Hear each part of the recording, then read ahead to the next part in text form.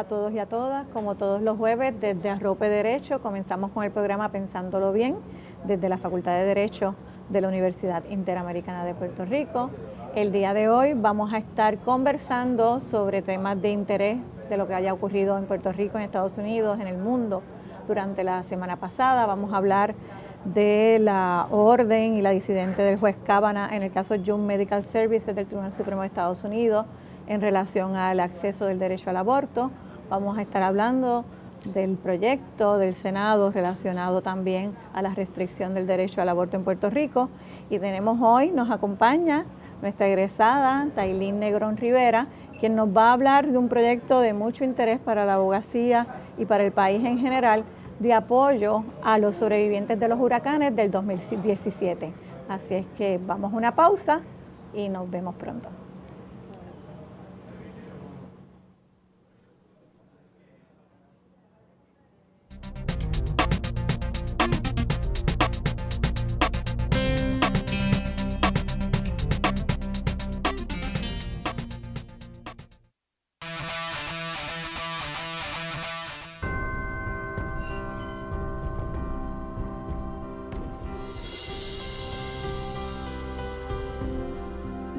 Hace 100 años comenzó a trazarse un camino en San Germán, Puerto Rico.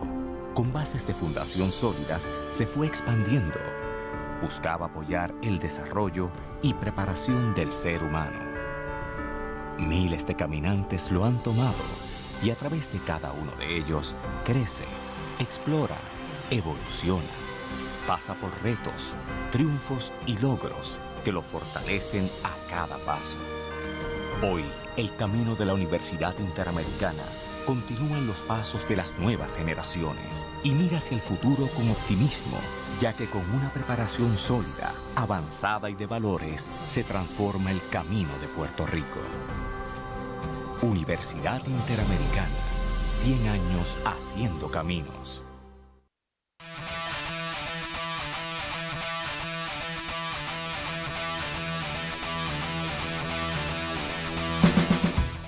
Nuevamente en nuestro programa Pensándolo Bien desde la Facultad de Derecho, desde Arrope Derecho, hoy jueves 14 de febrero del 2019 nos acompaña, como había mencionado anteriormente, Tailín Negrón Rivera el acuerdo, la alianza entre Pro Bono del Colegio de Abogados de Puerto Rico y Servicios Legales de Puerto Rico y la profesora y decana de Asuntos Académicos Yanira Reyes Giles.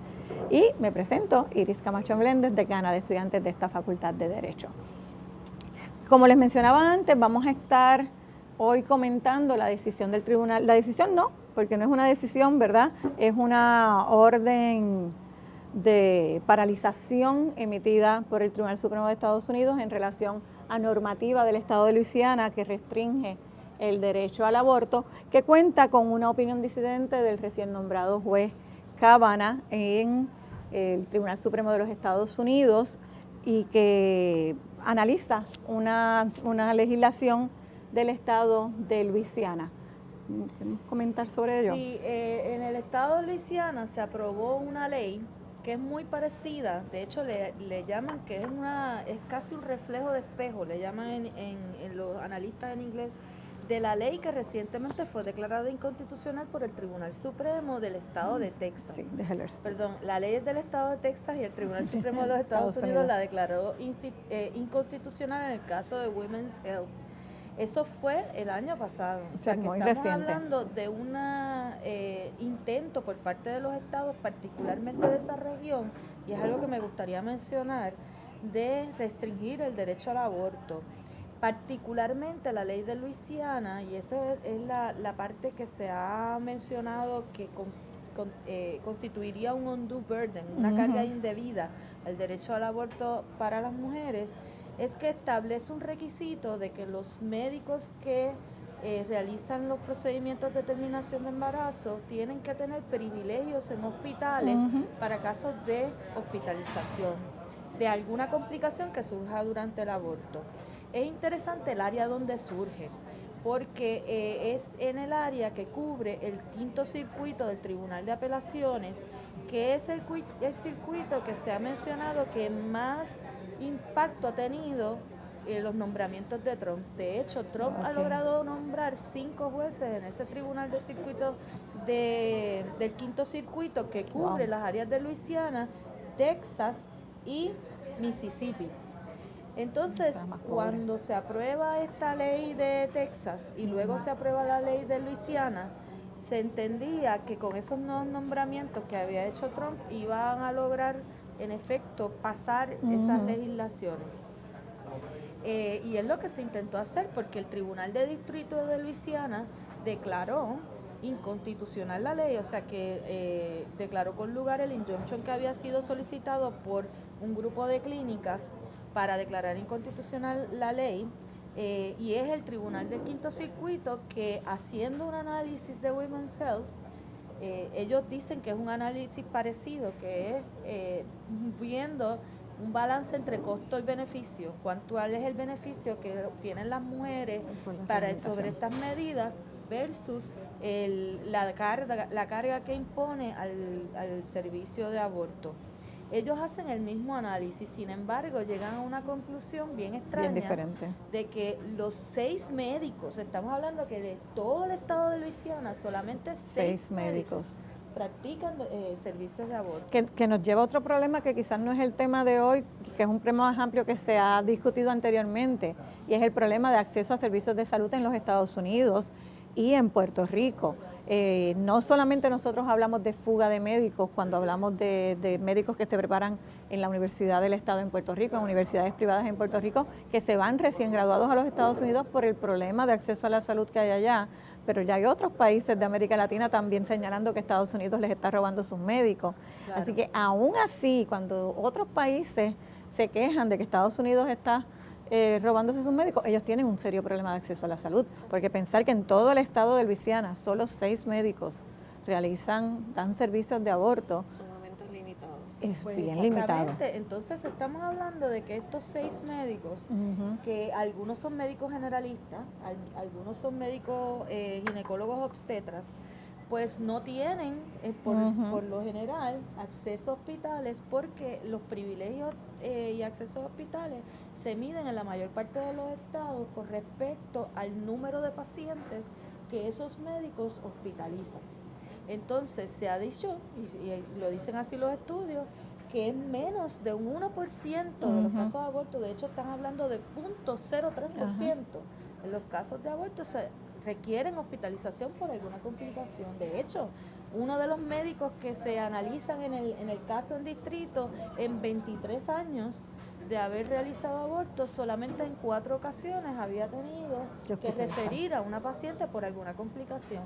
O sea que estamos hablando de que realmente la excusa que está usando el Estado para imponer mayores restricciones al derecho al aborto no se sostiene. Científicamente no se sostiene, porque en términos estadísticos no hay una necesidad de que los médicos tengan estos privilegios hospitales.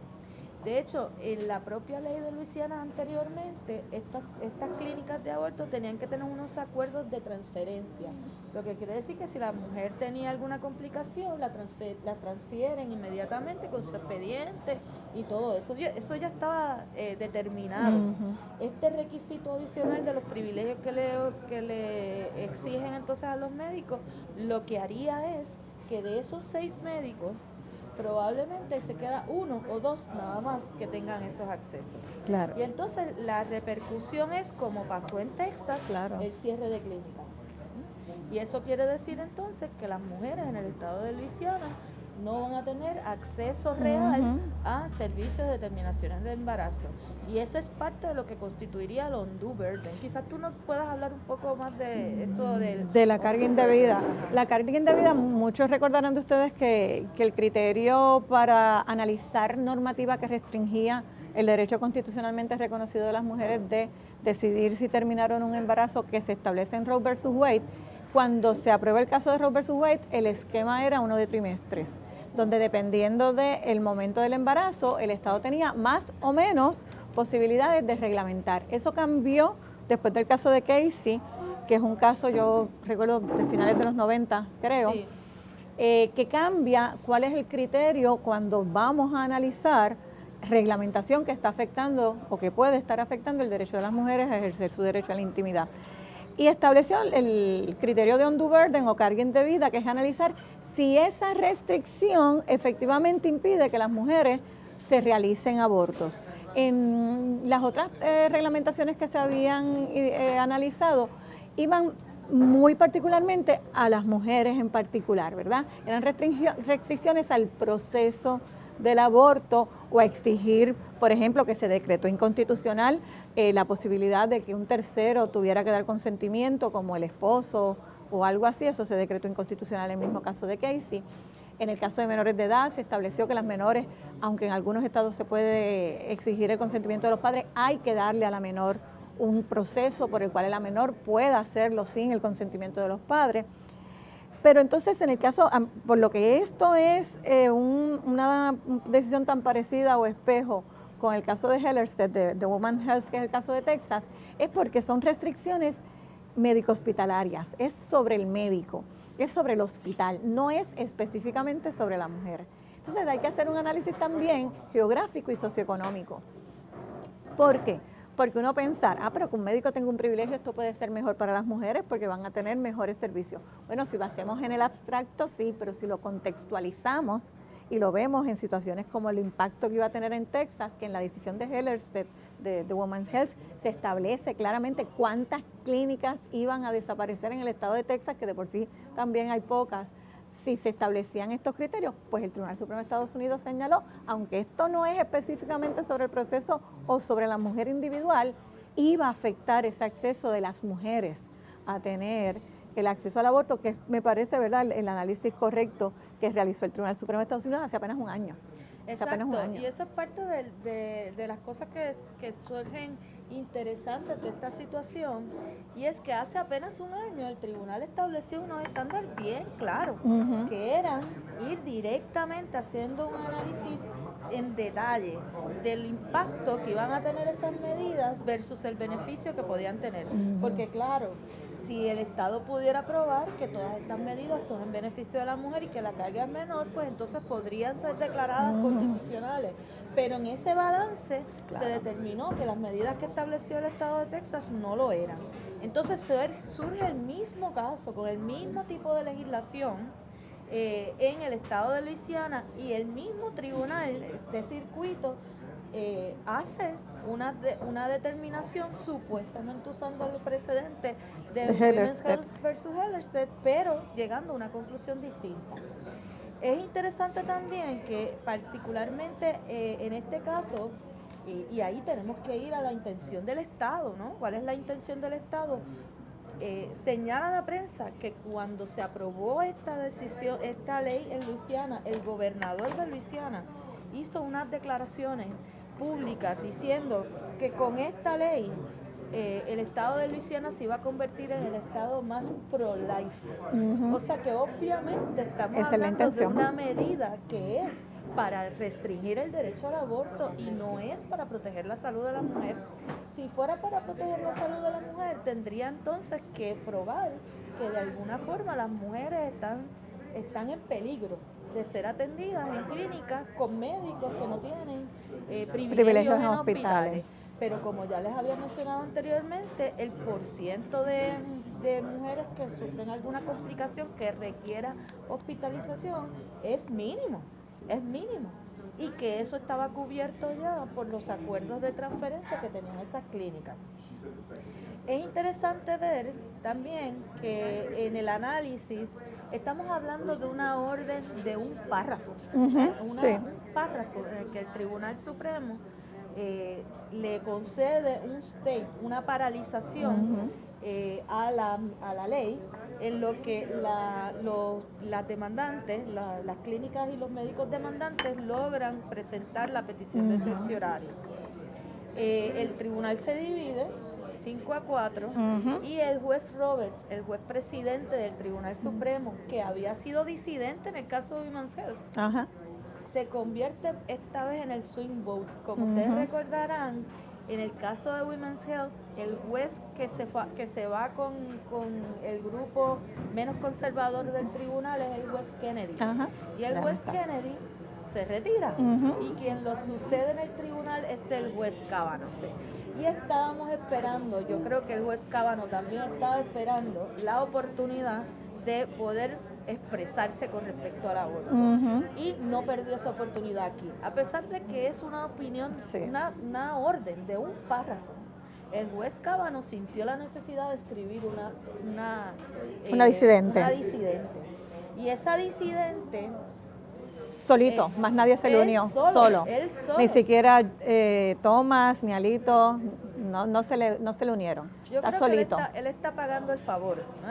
Él está ahí nombrado con una agenda específica de trabajar con unos issues, y uno de esos issues era el derecho al aborto. Y él está sentando las bases diciendo, cuando llegue el caso, si llega el caso ante nosotros y nosotros aceptamos el certiorari, yo voy a hacer una opinión a favor de la restricción del derecho al aborto. Y hace unos argumentos que lo que va en la misma línea de ese tribunal de circuito del quinto circuito, en términos de hacer una distinción en los hechos del caso de Women's Health versus el caso de Luisiana.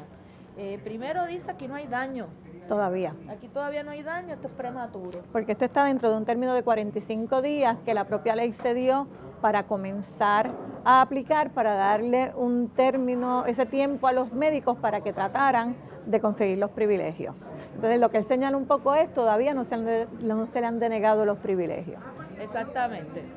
Pero además dice que no es cierto que ellos hayan tratado sus mejores esfuerzos para lograr los privilegios, porque el Tribunal de Distrito Federal en Luisiana hizo una determinación de hechos bien específica. De hecho, se dice que de una sentencia de sobre 50 páginas, 14 de esas páginas fue en detalle de todas las gestiones que hicieron los 6 médicos, porque después de todo lo podemos hacer, porque son 6 médicos nada más, gente, en todo el estado de Luisiana. Son 6 médicos y 3 clínicas. Y 3 clínicas. Eso es todo. Entonces, en esos 6 médicos hicieron esfuerzos para conseguir las licencias, pero él entendió que esos esfuerzos no habían sido suficientes, aun cuando todos y cada uno de ellos había demostrado que había solicitado los privilegios en los hospitales y se los habían denegado.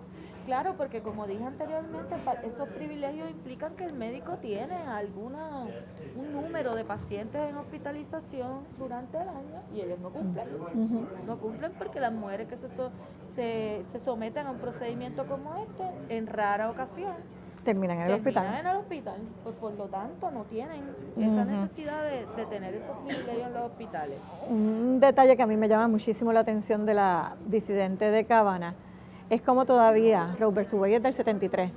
Sí. Y estábamos hablando de esta mujer que es Jane Roe, porque teníamos que proteger su identidad por un tema tan sensible en el 1973. Todavía estamos usando el Doe para los médicos. Sí. Son Doe 1, Doe 2, Doe 3. O sea, sigue siendo un tema que pone en peligro a aquellas personas que están reclamando este derecho en los Estados Unidos, ¿verdad? Y eso nos dice mucho de una sociedad tan limitada, tan conservadora en términos de la visión de lo que son el ejercicio de los derechos.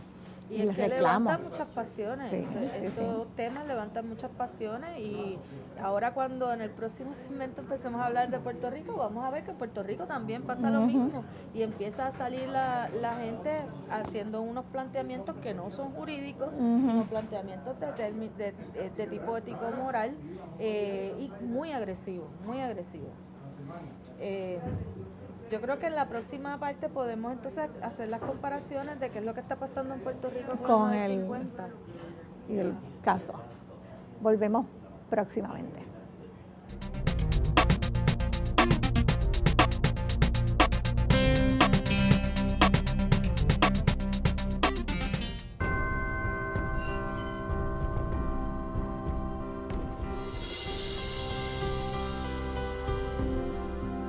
Hace 100 años comenzó a trazarse un camino en San Germán, Puerto Rico.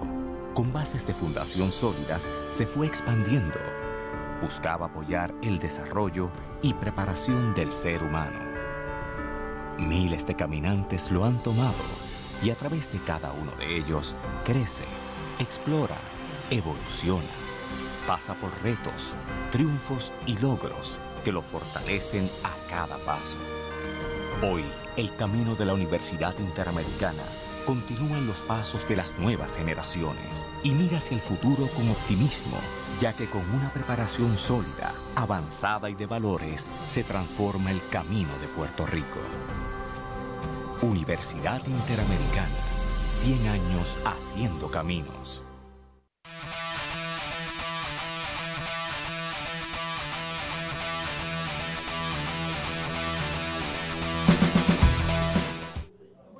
Regresamos a Pensándolo Bien en la Facultad de Derecho de la Universidad Interamericana con los temas que estamos discutiendo sobre esta semana, la paralización que realizó el Tribunal Supremo de los Estados Unidos en el caso de, June Medical Services versus el Estado de Luisiana, y también su relación con el proyecto del Senado 950, que también, ¿verdad?, lleva un tiempo dando vueltas por el Capitolio, unas propuestas para restringir el derecho constitucionalmente reconocido de las mujeres sobre la terminación del embarazo. Sobre este proyecto sí nos gustaría que nos dieras algunos detalles. Ya anteriormente habíamos tenido la oportunidad de hablar un poco sobre el proyecto 950 del Senado, pero esto nos obliga a retratar el tema porque hay unas similitudes importantes y unas consideraciones con respecto a los aspectos legales de estos proyectos que tenemos que tomar en consideración. Como mencionamos en el segmento anterior, tanto la ley de Texas como la ley de Luisiana lo que hacen, y eso tú lo estabas mencionando, es establecer unos requisitos adicionales al servicio médico que se ofrece a las mujeres. O sea, que no es una restricción directa a la mujer, sino una restricción al servicio. De esa forma se está limitando el derecho al aborto de una manera indirecta a través de establecer regulaciones al servicio al aborto. Dijimos que en el caso de Texas y también en el caso de Luisiana se trataba de establecer unos requisitos de autorizaciones de hospitalización o privilegios de los médicos que ofrecen el servicio al aborto en hospitales.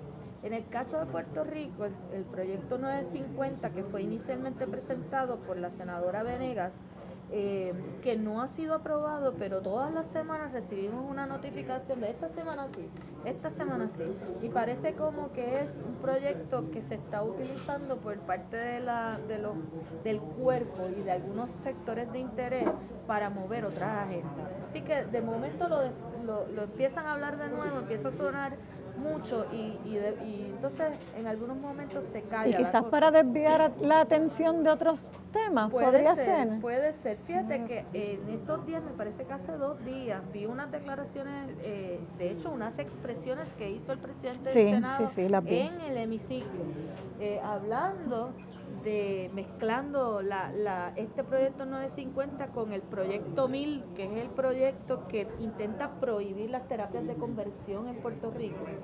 De eso también habíamos hablado. De hecho, las vistas fueron el mismo día sobre los dos proyectos.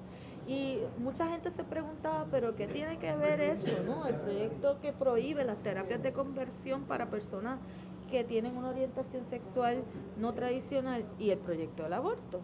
Y ahí se vio clarito, ¿no? Esas expresiones del senador Tomás Rivera Schatz, él dice, es una contradicción que las personas que entienden que las mujeres tienen el derecho absoluto sobre su cuerpo y pueden decidir si traer o no al mundo a una criatura, entonces después que ese bebé nace, pues entonces le quieren quitar el poder que tienen las madres de patria potestad para obligar a sus hijos a someterse a unas terapias para cambiar su orientación sexual. Así que está mezclando chinas con botellas de una forma increíble para atacar de nuevo, como decía, no en términos jurídicos el derecho al aborto, sino en términos morales. Y de esa forma manejar el discurso. Pues volviendo con el 950 es terrible. El 950 lo que hace es traer todas las pequeñas cosas que se han logrado pasar en los diferentes estados y que han logrado pasar el test constitucional en el tribunal, y le añade cosas adicionales. Así que en términos del análisis general que hace el tribunal en Women's Health, que es, vamos a ver cuánto beneficia estas medidas a las mujeres versus cuál es la carga que se le impone a las mujeres, estoy clara de que eso no pasaría ese estándar. Le impone varias restricciones, pero en cuanto al asunto de los médicos, establece que tienen que ser médicos ginecólogos obstetras y no médicos generalistas los que realicen el aborto. Después de las 12 semanas que tiene que realizarse el aborto en un hospital, lo que encarece aún más los servicios y lo que a su vez determinaría cierre de clínica. Así que vemos los paralelos, ¿no? Los paralelos que hay entre el proyecto 950 y el proyecto de Luisiana y el de Texas en términos del impacto que tiene en el servicio a las mujeres. Yo me pregunté cuando leí el proyecto, hay algunas, como tú bien dices, que es como un catálogo de todo lo que ha pasado el sedazo constitucional, de todas las que han pasado el test. Pero están estas otras que sabemos que si lo analizamos conforme Hellerstedt son claramente inconstitucionales.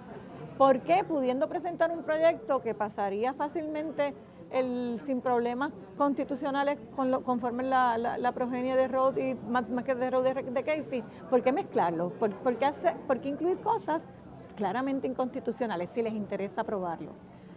Yo no sé ni siquiera si hay un análisis de hasta dónde podemos llegar. Yo creo que hay una agenda de restringir el derecho al aborto y de esa forma se trató de mezclar todo lo que hay en el mercado, ¿no? Okay. Todo lo que hay posible por ahí que se pueda incluir en el proyecto. Fíjate que ellos incluyen, como tú dices, la restricción a las menores de edad e incluyen el bypass, o sea, lo que estabas mencionando anteriormente de que cuando se requiere una notificación al padre o tutor, también se tiene que dejar una ventana abierta de que la menor, si no consiguiera ese consentimiento, o si estuviera en una situación maltratante, o si ese embarazo fuera producto de incesto porque su padre la agredió sexualmente o su tutor, o sea, son múltiples las posibilidades de que una niña no quiera tener intervención de sus padres en ese proceso. Por supuesto, entonces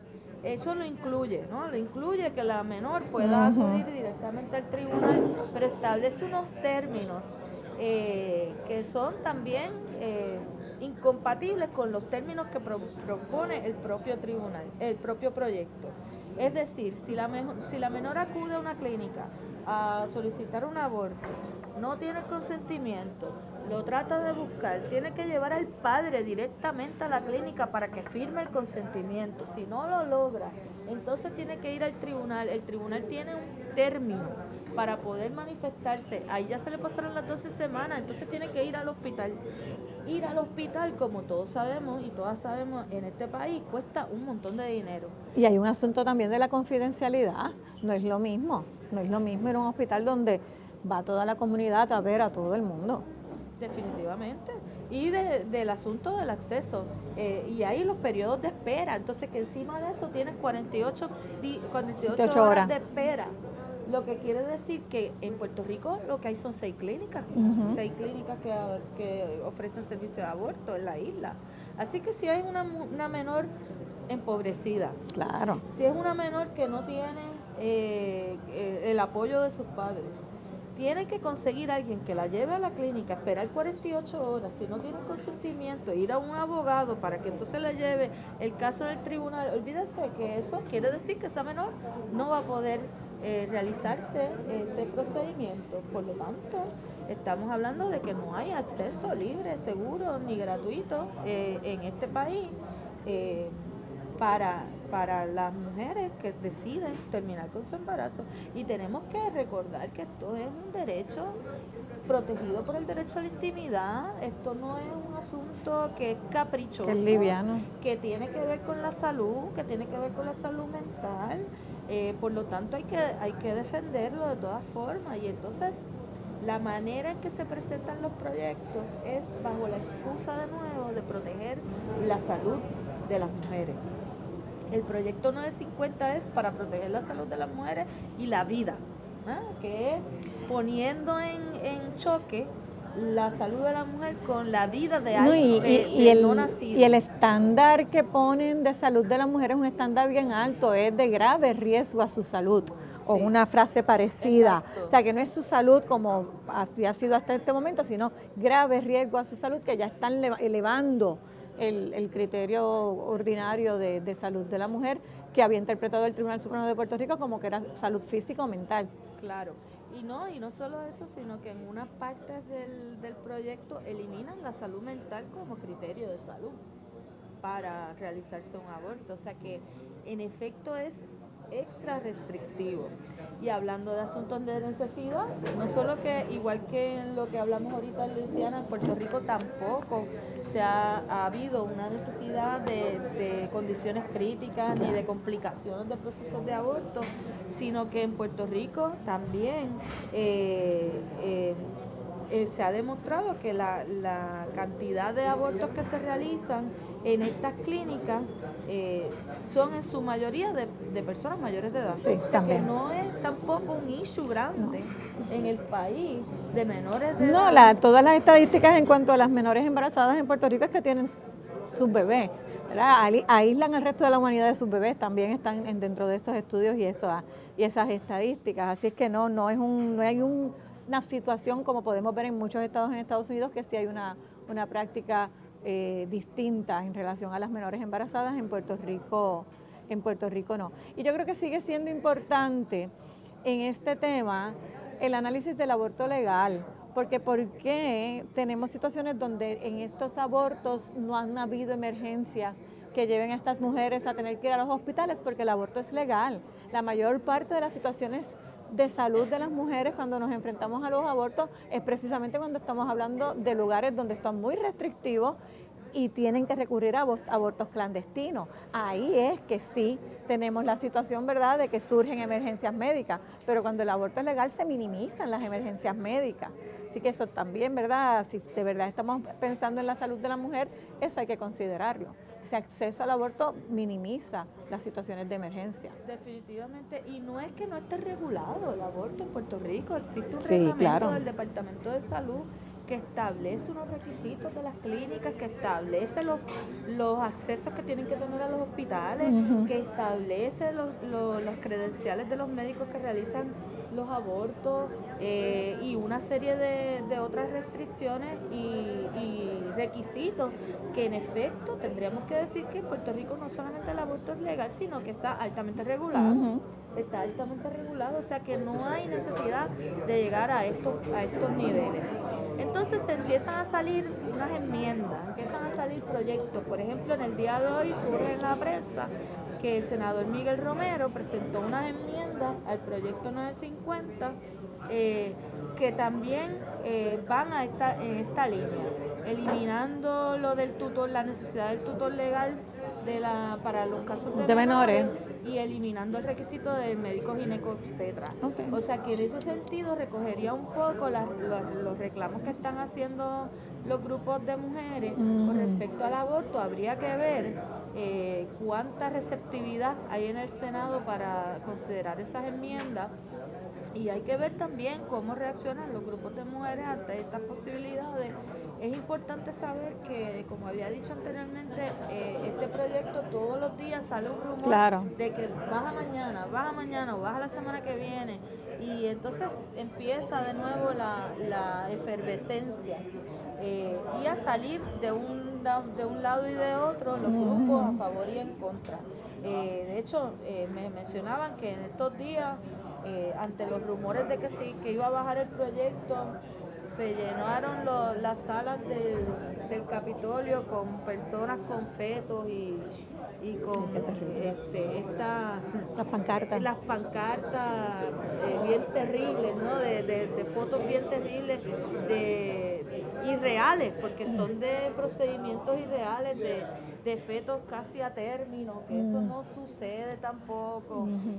Así que es importante que cuando estamos hablando de este proyecto mantengamos la discusión en términos jurídicos y de salud, y no en asuntos de temas ético-morales, porque en la cuestión ético-moral no hay necesidad de ponernos de acuerdo, el Estado no está para regular la moral, ni para regular los principios, buscar consensos de principios éticos, eso no es la función del Estado, así que en ese sentido tendríamos que mantener la discusión en los estándares legales que están claramente establecidos. Y que como tú bien dices, en Puerto Rico estamos reglamentados, hay reglamentación, no podemos hablar de un abuso de los procesos, no podemos hablar de clínicas clandestinas que pongan en riesgo a las mujeres, podrían coexistir, pero no hay un problema, no tenemos ese problema social. Así que hay que ver cuál es el interés, ¿verdad?, de traer estos temas que nos dividen, ¿verdad?, temas que nos dividen y que a veces nos llaman, nos mueven de asuntos que son verdaderamente importantes en el país. Vamos a tener un receso y regresamos pronto.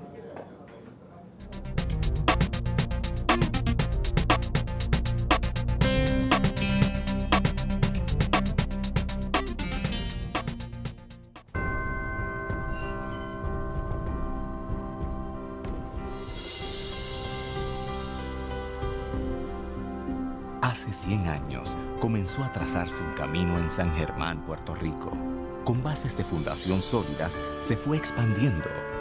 Buscaba apoyar el desarrollo y preparación del ser humano. Miles de caminantes lo han tomado y a través de cada uno de ellos crece, explora, evoluciona. Pasa por retos, triunfos y logros que lo fortalecen a cada paso. Hoy, el camino de la Universidad Interamericana continúa en los pasos de las nuevas generaciones y mira hacia el futuro con optimismo, ya que con una preparación sólida, avanzada y de valores, se transforma el camino de Puerto Rico. Universidad Interamericana, 100 años haciendo caminos. Para mí el estudiar en la Inter, específicamente en la Escuela de Aeronáutica, es progreso. Hoy día el piloto es más bien un administrador de los sistemas dentro de la cabina y esto requiere que el piloto piense y actúe de una forma diferente. Me siento segura que estoy recibiendo una preparación de alta calidad. Al final llegué a la conclusión de que si yo lo que quería era una carrera profesional completa, yo tenía que estudiar en la Inter. La Inter es una universidad con programas académicos que se adaptan a las necesidades educativas actuales. Somos una universidad que avanza rápidamente, a la par con los cambios tecnológicos y retos que presenta el siglo XXI. Somos una universidad centenaria que prepara los futuros talentos que guiarán el destino de la sociedad puertorriqueña. Somos la Inter, una universidad completa. Somos tu mejor elección.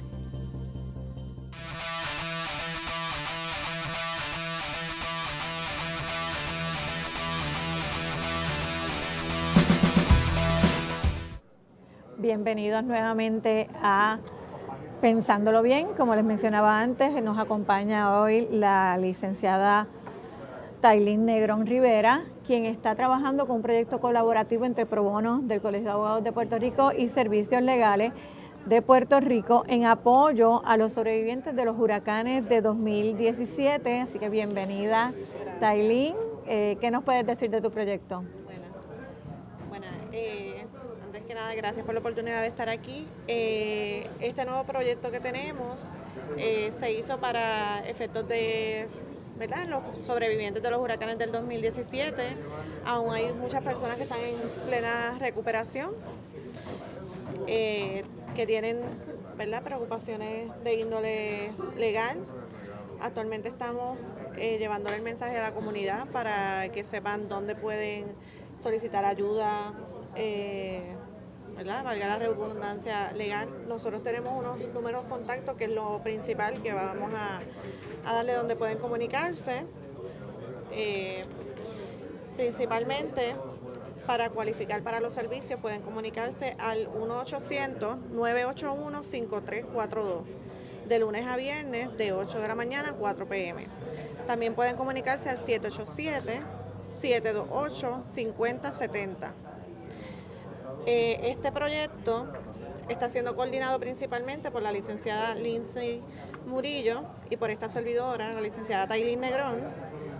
De ustedes tener alguna duda al respecto, pueden comunicarse al 787-969-2921 o al 787-585-3501.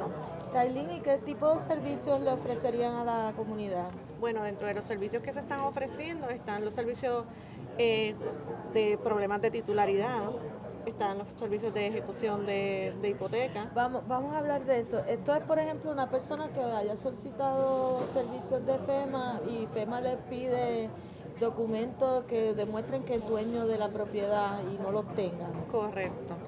Entonces, ¿qué ustedes hacen por ese tipo de personas? En ese caso, obviamente pasa por el proceso de cualificación, en caso de que cualifique, ¿verdad?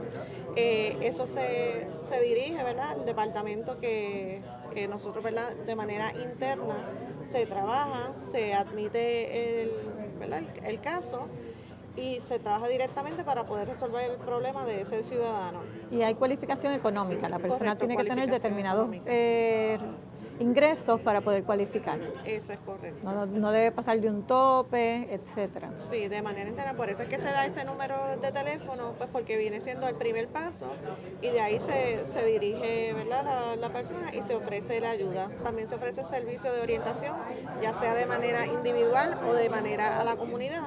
Estamos yendo directamente a las comunidades. Por ejemplo, esta semana pues estamos yendo a los centros de envejecientes a dar la orientación de cómo prepararse para el kit de emergencia, también los documentos importantes que deben guardar para cuando, ¿verdad?, venga algún tipo de desastre, qué es lo que necesitan para hacer algún tipo de reclamación, ya sea FEMA o a, ¿verdad?, cualquier otra institución. Cosa de que si, ¿verdad?, en un futuro llegara a ocurrir algún desastre natural, estén preparados y no ocurre lo mismo. Y igualmente, si hay algún tipo de conocimiento de estas instituciones, de personas que aún tienen problemas que no han podido resolver en relación a los huracanes del 2017, pues se les pueda brindar la ayuda. ¿Y son las personas envejecientes los que más afectados tuvieron con respecto a estos servicios que ustedes están ofreciendo? Pues realmente hay gran parte de los envejecientes, ¿verdad?, que fueron, pues, la parte más delicada, que ya sea pues por la falta de recursos o pues que no tienen la misma accesibilidad a llegar a los recursos ideales para poder hacer sus reclamaciones, que al día de hoy todavía están pues necesitando ayuda. De las grandes críticas a FEMA durante esos días iniciales después del huracán para las personas solicitar la ayuda, precisamente era que era muy tecnológico, ¿verdad? Se exigía que la persona lo hiciera muchas veces por internet, el acceso al teléfono pues también estaba complejo, cuando las personas llegaban a los lugares pues no era aquí o no era allá, y esto es un problema que cuando la persona ya tiene determinada edad se hace más grande. Si era un problema para alguien joven, cuando la persona ya pues quizás ya no guía o quizás ya no entiende cómo el mundo nos cambió con toda la tecnología. Así que me imagino que todo lo que ocurrió después del huracán los afectaba de manera, digamos, más grave a los envejecientes en el país. Exacto. También nosotros estamos dando servicios notariales, pues porque dentro de estas reclamaciones hay unos documentos que hay que notarizar, que también dentro de los servicios que se están ofreciendo están esos incluidos. También, ¿verdad?, para efectos de los compañeros abogados y abogadas, se está solicitando pues los que quieran ser parte de abogados pro bonistas, para que de esta manera sean herramientas de trabajo, ¿verdad?, para ofrecer los servicios gratuitos a la comunidad. Y el teléfono, si un abogado quiere servir, ¿verdad?, pro bono, ¿sería el mismo, 728-5070? Dentro de pro bonistas podrían comunicarse al 787-969-2921 o al 787-585-3501. Y necesitan abogados para esta variedad, ¿verdad? Tanto notarios que Correcto. autoricen las declaraciones juradas, como abogados que representen personas en asuntos de ejecución de hipoteca y desahucio. Exacto, o incluso que puedan dar la orientación, por lo menos Inicial. ilustrar, exacto, o charla, o que puedan dar algún tipo de educación en relación a los desastres. Y si las personas están todavía en controversia con alguna determinación de FEMA o que tengan que hacer alguna apelación, también ustedes están ayudándole en esos procesos, Sí. con FEMA directamente. Correcto, sí. Cualquier caso, ¿verdad?, que esté relacionado con los huracanes, ¿verdad? María, por ejemplo, pues una persona que haya perdido la propiedad, pues que lo hayan desalojado en ese momento y que ahora quiera regresar al hogar, pues también, pues ese proceso judicial pues también está relacionado y también se trabajaría dentro del programa. Sí, la interrelación con el huracán es bastante amplia, por lo que veo que tienen como ejemplo casos de custodias surgidos del traslado temporal en atención al desastre, pero que luego entonces quizás esa persona, que no necesariamente es el progenitor, Ajá. entonces quiere quedarse con el niño en los Estados Unidos, cuando Sí. esto era un arreglo temporal. No es necesariamente que esta persona se le haya ido su casa con el huracán, pero que el niño se trasladó por motivos del huracán, ya cualificaría, Sí. si cualifica con los otros criterios. Sí, porque por ejemplo hubo casos que pues de padres que dada la emergencia se trasladaron, a lo mejor no hicieron el proceso judicial en el momento por la emergencia y ahora la persona se niega a retornar al menor y pues hay que hacer el proceso, ¿verdad? O Para igualmente el padre que se quedó atrás, ¿verdad? El left behind parent, como dicen en Estados Unidos, uno de los padres se fue con el niño a Estados Unidos, el otro se quedó, esperaba que aquello fuera temporero y no hubo un regreso Correcto. de ese padre con ese hijo. Esto de los servicios, ¿verdad? Que tanto Pro Bono como servicios legales, como aquí la clínica de la facultad y otras organizaciones sin fines de lucro están ofreciendo a las víctimas de los huracanes, demuestran cuán lenta ha sido este proceso de recuperación para nosotros, ¿verdad? Que todavía ya en el 2019 estamos hablando de la atención a situaciones que quizás hubieran sido razonables en 1 o 2 meses después del huracán, pero que todavía estemos teniendo que atender a los envejecientes, a los padres y a las madres en situaciones tan delicadas, ¿verdad? Demuestra que no hemos sido eficientes en nuestra recuperación a nivel gubernamental y quizás también a nivel social. Sí, realmente hay que decirlo, Puerto Rico pues fue un impacto grande a nivel de muchas diferentes, ¿verdad?, partes y es responsabilidad de todos pues poner nuestro granito y poco a poco recuperarnos, que es lo que estamos haciendo y servicios legales junto a Pro Bono es lo que estamos, ¿verdad?, haciendo al día de hoy. Y es parte de nuestra responsabilidad social como abogados, Correcto. ¿verdad? Muchas veces somos muy críticos con nuestra profesión, con nuestro gremio, pero tenemos que reconocer que como gremio profesional somos de los que mejor organizados tenemos los servicios gratuitos a personas de escasos recursos, con modelos muy exitosos como lo es Pro Bono, como pueden ser las clínicas de las universidades, y que en momentos como el que estamos viviendo, porque lo terrible del huracán es que lo seguimos viviendo, es impresionante, ¿verdad?, que todavía estemos en esta situación, pero que los abogados estamos ahí para prestar la ayuda que nos toca, que es la orientación legal y la representación de los intereses de las personas en estas situaciones que se acrecentan con la situación del huracán. Vamos a una breve pauta y regresamos muy pronto. Gracias.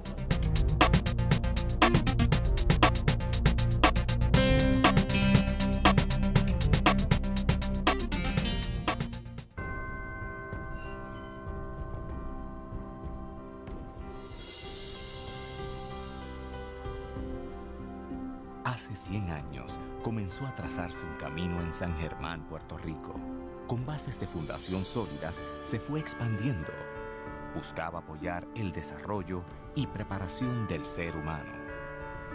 Miles de caminantes lo han tomado y a través de cada uno de ellos crece, explora, evoluciona. Pasa por retos, triunfos y logros que lo fortalecen a cada paso. Hoy, el camino de la Universidad Interamericana continúa en los pasos de las nuevas generaciones y mira hacia el futuro con optimismo, ya que con una preparación sólida, avanzada y de valores, se transforma el camino de Puerto Rico. Universidad Interamericana, 100 años haciendo caminos.